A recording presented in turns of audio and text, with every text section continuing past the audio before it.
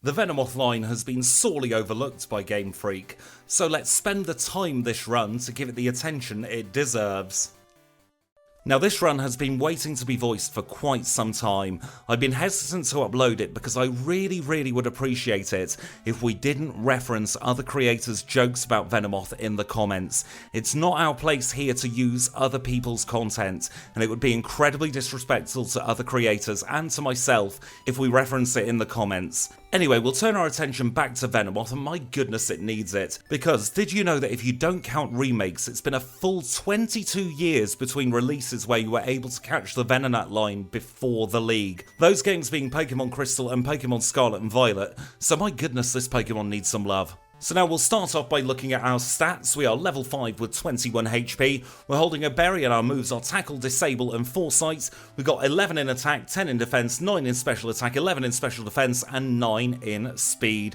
They're the stats we're working with for the beginning of the run, so let's get the graphics up and the run underway. Of course I'll show you our very first encounter with a wild Pokemon, and in this instance it's a level 3 Pidgey. Tackle isn't doing much, but we're able to 4-shot the Pidgey to knock it out, and we can move on to the first rival battle. We did a little bit of grinding up to level 7 on the wilds, and now we're taking him on. Of course it made sense to give the rival the Cyndaquil line, because fire is super effective against the Venonat line. Now we had to spend a lot of time tackling, but we did eventually survive on 12 to get through the first rival battle, and after a bunch of grinding we are ready to take on Falkner. He's our first gym leader together, he's a flying type specialist and he leads with Pidgey. Our plan here is to use status conditions to our advantage. We really have to hope that we don't get too much damage off the Pidgeotto. That gust is going to hit like a truck. We weren't successful on our first try, so I re-equip a berry and we'll give it another go. This time we have 51 HP to play with, but of course the Pidgey critical hits. We are in the fortunate position where Pidgey won't mudslap and we get through on 33 HP. We try once again with a confusion strategy against the Pidgeotto, but it's just not working.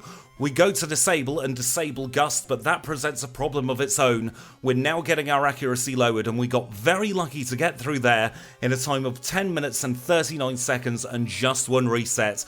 RNG was on our side, and let's see how we get on against Bugsy. He's our second gym leader together and he leads with Metapod. By this point we've got Confusion and Swift on the learn set, so we've got a little bit more variety, and we can especially take advantage of Confusion against the Kakuna. A double harden means we're on 54 HP for the Scyther, and we're going to try and confuse this thing with Confusion. That's going to be our best play really. And then a strategic disable can stop Fury Cutter in its tracks. Unfortunately though, I went one turn too late and Quick Attack knocked us out. We know the strategy now though. We've got to disable Fury Cutter at the right moment, so we'll get back through the Metapod and the Venomoth, taking very little damage en route, and once again we're on 54 HP for the Scyther. And now of course that we have a plan in mind, the Scyther does completely different things. He starts quick attacking instead of Fury Cuttering, but then for some reason he swaps to Fury Cutter when he's under half HP. That means we can finish him off with a strategic Swift, and we are through Bugsy in a time of 19 minutes and 32 seconds. The celebrations cannot last for too long though, because we've got the dreaded Rival 2 just around the corner. He's going to have a Quilava now, and that thing could be incredibly dangerous. We'll encounter him in battle anyway, because we have to get through the rest of this run, and the Ghastly is no issue, a pair of Confusions knocks it out, and here comes that Quilava. We start off with a Swift, and it does relatively decent damage. However, Ember really is taking down our health. We don't outspeed and we get knocked out. We're going to have to disable that Ember, just like we've done with the previous two battles. Disable can be really powerful if you play your cards right. For instance, here we get down to 11 HP, going back up to 21 with the berry, but now the Quilava only has Tackle. A well-timed Supersonic means he only has a 50% chance of hitting us, and we can get through onto the Zubat on 11 HP. It's going to be a pair of Confusions to knock this thing out, and fortunately for us, Bite only did 5 damage. That means we get through Rival 2 in a particularly sloppy battle in a time of just over 20 minutes. A little bit more training and we are on to Whitney. She's our third gym leader together and she leads with Clefairy. We're going to need to play it smart here again. We have the type disadvantage to roll out, so we're gonna need to try and incapacitate the miltank as much as possible. She threw a giant spanner in the works by using Attract turn 1, and that means we can now only hit every other move. She starts stomping away because she's not going to lock herself into rollout when she's confused, and we get knocked out. I knock out a couple of gym leaders and we're up to level 25, and let's see if that's going to make the difference. And to put it bluntly, the answer is no. That miltank is still being a pain in our side. There's nothing we can do to stop it either stomping or rolling out and knocking us out. We don't have the best defense and we're relying entirely on RNG. And once we get stomped a couple more times, I decide to give up and go to level 28. We've battled every trainer we possibly can around Goldenrod City. This really is last chance saloon for Venomoth before we have to grind on wilds. We grew to level 28, which is fantastic because we learned Stun Spore, so we're going to go for the Parafusion strats. But look at how little damage we're dealing to miltank. We are just praying that the RNG goes our way, and it eventually does, and we defeat Whitney in a time of 36 minutes and 18 seconds. Goodness me, that was one of our trickier battles we've had in a very long time. Let's now take a little trip to Route 43, where we're going to face this Fisher with his Magikarp line. This is Fisher Marvin, and he's going to give us the experience we need to grow to level 31. Of course, at level 31, Venomoth is going to evolve into Venomoth, and about time too, because we're struggling to knock out even level 15 Gyarados with Venomoth. So at level 31, we do say goodbye to Venomoth, and we say hello to Venomoth, and we get the chance to learn Gust. We have it on the learn set for all of about 20 seconds because after we get Hidden Power, I decide to replace Swift with Return and Gust with Hidden Power Water. And that's the learn set we're going in for rival number 3. He starts off with a Haunter, and this time with our evolution we're able to one-shot the Haunter. We have Hidden Power Water mostly for the Quilava line, and it's a one-shot to knock it out. Magnemite's a little bit of an issue, but Hidden Power Water is more than enough to take care of it, and then we'll swap to Return for the Zubat. Return is more than powerful enough with all that grinding we had to do before Whitney, and we're through the third rival battle in 46 minutes. Now let's take on Morty. He's the Ghost and Poison type specialist, and he leads with Ghastly. So even though Confusion isn't Stab, it's still more than enough to take care of the Ghastly and the first Haunter. Our big issue might be this Gengar. We take it deep into the yellow and we get to retain the Minceberry because Hypnosis misses, and that means it's all over for Morty from here. We defeat him and obtain the Fog Badge in 47 minutes 49 seconds. Let's now move on to Chuck. He's our 5th gym leader together and he leads with Primeape. Now this should be a relatively easy battle because we've upgraded Confusion to Psybeam. So we knock out the Primeape in 1 and we get onto the Poliwrath. He uses Mind Reader, but it's too little too late because we knock it out in 2 and we get the Storm Badge in a time of 49 minutes and 51 seconds. Up next is Pryce, the Ice type specialist who leads with Seal. Now we've got Return for Seal and a critical hit, make sure it goes down in 1 shot. And then we stick with Return for the Dugong. It's 3 shots to knock it out, but we didn't get our attack dropped by Aurora Beam, and that brings us nicely onto Piloswine. Hidden Power Water is going to be super effective against the Piloswine, and as Pryce healing loops, we can say we've obtained the Glacier Badge in a time of 55 minutes and 35 seconds. Let's now move on to Jasmine. She's our 7th gym leader together, a Steel-type specialist who leads with Magnemite. Now, Magnemite has very low special defense, so a Hidden Power Water can easily knock it out. She sends out Steelix second, which was a little bit confusing, but we still one-shot that with Hidden Power Water, and then it's a definite one-shot on the 3rd Magnemite. That's our 7th badge acquired, the Mineral Badge, in 58 minutes and 43 seconds. We're now going to the Goldenrod Underground, where we have our 4th rival battle together, and this time he leads with Golbat. We've got Psybeam for the Golbat, and it's a simple one-shot to knock it out as we outspeed. We'll take care of Quilava with Hidden Power Water in a single hit, and that brings us on to Magnemite. We carry on with the Hidden Power Water against the Magnemites because that's going to be our best move, and then we've got Haunter to deal with. Psybeam makes light work of Haunter, and we can go on to the Sneasel Pleasel. A couple of returns is all it takes to finish the job, and we've defeated the rival in 1 hour, 5 minutes and 23 seconds. Our next gym battle is against Clair, the Dragon-type specialist who leads with 3 pesky Dragonair.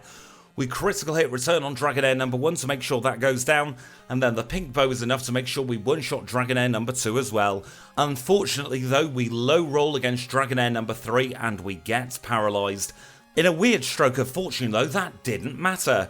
The Kingdra locks itself into Hyper Beam so Clair cannot heal, we knock it out with 2 returns and we obtain the Rising Badge in 1 hour, 14 minutes and 30 seconds. Let's now make our way to Victory Road and say hello to the rival for the 5th and final time. This time he's going to lead with Sneasel Pleasel, but this time Return is capable of one-shotting. That brings us on to Golbat, and this time we've got Psychic to knock it out. We learnt that at level 52 on the way to the rival battle, and goodness me, it was just in time as well for this battle. We take out the Typhlosion with Hidden Power Water, and we do the same against the Magneton with an unnecessary critical hit.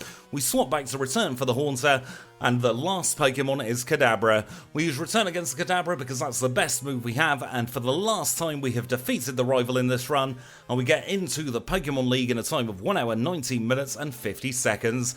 We'll heal up our Venomoth, and then we'll say thank you to the HM friends. So it's thank you to Kenya, to Abra, to Psyduck, and to Paris. You've all been a great help in the Johto region get some well-deserved rest, as we buy our 4 full restores, and we'll take a look at the stats of our Venomoth. We're level 55 with 171 HP. We are holding the Pink Bow, and our moves are Return, Psychic, Sleep Powder, and Hidden Power Water. In terms of our stats, we've got 115 in attack, 108 in defense, a big 145 in special attack, 129 in special defense, and 144 in speed.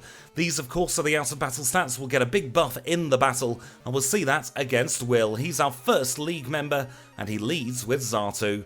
We use Return against the Xatu and take it deep into the red as Psychic hits us fairly hard and gets our special defense dropped. He sends out Xatu number 2 and another Psychic knocks us out. Let's try again, shall we? This time we're going to try and send that Xatu to sleep, and he confuses us. We've got to try and hope that we don't hit ourselves in confusion, and we take the first Xatu down into the red. We're hitting through all these confusions as we're on to Xatu number 2, and Xatu number 2 takes a nap as well. I've got to be honest, this league is going to be one of those where we have to use our status conditions to our advantage.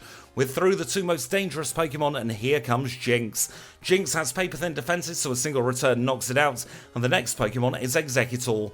We stick to Return as we get Leech Seeded, but that shouldn't matter for the rest of the battle, as there's only Slowbro left to go.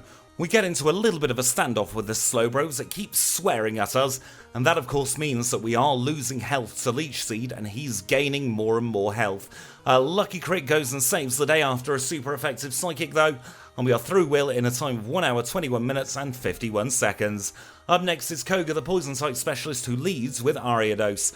We use Psychic against the Ariados and it's a simple one-shot, and now it's Venomoth versus Venomoth. We outspeed and knock out in a single Psychic, and now he sends out Crobat. Crobat's another one-shot with Psychic, so we can see how we do against the Fortress. We use Hidden Power Water on turn 1 against the Fortress and finish it off with the same on turn 2, and his final Pokemon is Muck. We swap back to Psychic on the Muck and we take it deep into the red. He minimalizes, but it's all over with the Return, and we are through Koga in 122.35. Let's see how we get on against Bruno. He's of course a fighting type specialist who leads with Hitmontop. And now even though Return is not stab, it's still a high base 90 power move. And this will make very light work of all his fighting type Pokemon. We've got the 4x super effective Hidden Power Water for the Onix, and we swap back to Psychic for the Machamp. It doesn't quite knock it out, but he gets caught in a healing loop. We critical hit on turn number 2, and that brings us on to the final Hitmonlee. We knock that out in a single Psychic, and we're through Bruno in 123.11. Let's now take on Karen, the 4th and final league member who leads with Umbreon. Now, if we had a decent stab type move, this battle would have gone very differently. As it stands, we have to send a lot of these Pokemon to sleep. Houndoom's going to be Pokemon number 2 because we are weak to fire, and again we send it to sleep. This is going to be our best play for a lot of these tricky Pokemon. We'll see it particularly at Lance, and Houndoom is now in a healing loop. Doesn't matter what she does, it gets knocked out, and we can see how we get on against the Vileplume. We use Psychic against the Vileplume, and it's a simple one-shot to knock it out, and there are just 2 Pokemon left to go. Gengar's a simple one-hit with the Psychic, and then we swap to Return for the Murkrow. Murkrow's not got the best physical defense, so it goes down in a single hit, and we have defeated Karen in 1 hour, 24 minutes and 17 seconds. There's only one obstacle between us and the Hall of Fame now. It's time for Lance, the Liar with the Flyers, and he's going to lead with Gyarados. Now this is one of those battles where I really wish we had Hidden Power Ice. We'll make the best of Hidden Power Water though, and we're going to send the Aerodactyl to sleep because it's not going to be a one-shot even with a super effective hidden power against it. 2 hits knocks it out though, and he brings out Charizard third. This is actually really fortuitous for us, because it means if we get paralysed by either one of those level 47 Dragonites, it's going to be less of an issue than it otherwise would have been. As it stands, he sends out his level 50 Dragonite first, and we take a little bit of damage from Outrage. We tried chipping away at it with Return, but he uses a full restore, so we have to send it to sleep for a second time. One of the things with Venomoth is it's a status setter. We have to play to its strengths. We're limiting ourselves to just Sleep Powder, but eventually Sleep Powder misses in the wrong place, and we end up paralysed. Combine that with a flinch from Twister, and I think we're going to have to take the reset here. We will at least see what the final Dragonite is like. We could get lucky, but instead we get Hyper Beamed. Back to square one against Lance, and this time Lance shoots himself in the foot. He starts a Rain Dance. That means our hidden power is boosted, and that means that we can take out the Aerodactyl in one shot, and we can take out the Charizard in one shot as well. Those are 2 major threats out of the battle, and combine that with the fact that we're now holding the Paralysed Cure Berry, we are now in with a much better shout at actually winning this battle. We still do the Sleep Shuffle against the first level 50 Dragonites because that's our best option, and once that's gone we've just got 2 more threats to deal with. The first level 47 Dragonite goes to sleep on our first turn, and even though we low roll both of our first 2 returns, we can knock it out in 3. We're at full health for the final Dragonite. Once again we send it to sleep, and once again we can just chip away at it. Even though we keep low rolling, it doesn't matter, we're through Lance on full health, and we have defeated him in a time of 1 hour 26 minutes and 48 seconds. And our final league time is 1 hour 27 minutes and 4 seconds. I don't think it's unfair to say that Venomoth had a tricky Johto section, but there's still another section to come, so don't you dare go anywhere. Kanto is next. And we rejoin the action here in Vermilion City, where the first thing we do in Kanto is the last thing we do in Johto. We're going to get another rare candy, this time from the chairman of the Pokemon fan club. And with that safely tucked away in our bag for another run, we'll do that teeny tiny surf across the water and make our way into our first Kantonian gym together. This of course is Lieutenant Surge's gym, the electric type specialist, and he leads with Raichu. And I reckon Venomoth is going to struggle in a lot of the Kantonian gyms. It really is a Pokemon for the first half of the run. The next half of the run is going to struggle because it just doesn't have the base stats to deal with a lot of what's coming up in front of it. We were still holding the Paralysed Cure Berry from the Lance fights just in case things went a little bit wrong, but as it turned out we had a very clean Surge fight, all things considered. We get through all of his Pokemon without taking any damage, and now as we go through the rest of the Kantonian Gauntlet together, I want to talk to you about Pokemon like Venomoth, because there's a certain subset of Pokemon where you have to rely on the stasis conditions a lot of the time. It's not particularly fun to play, and I'm sure it's not the most enjoyable to watch compared to some of the other Pokemon, but we've always got to play to each individual Pokemon's strength. A lot of the bug types, a lot of the grass types, they are status setters, so their role in battle isn't necessarily to get the knockout, it's there to try and incapacitate the opponent so that another Pokemon can get the win. However, in a solo run, we've got to do it all in one. We saw it with Blossom, we're seeing it here with Venomoth. We have to take it a little bit slower, and we're really focusing on a lower number of resets as opposed to getting the best possible time. Now what I'm trying to do as a creator is I'm trying to spread these runs out as thinly as possible, because I'm not a big fan of playing these runs myself. I tend to lose focus in a lot of the runs where we're relying on status conditions, because instead of having a very diverse learn set where I know that move A will knock out in 1 hit or move B will knock out in 3 hits, so I pick move A, we have to go for the status first, we have to slow that battle down, and we have to try and whittle away at the opponent's HP.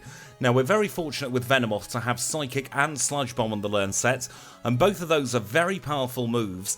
However, we still don't have the stats to back up those good moves.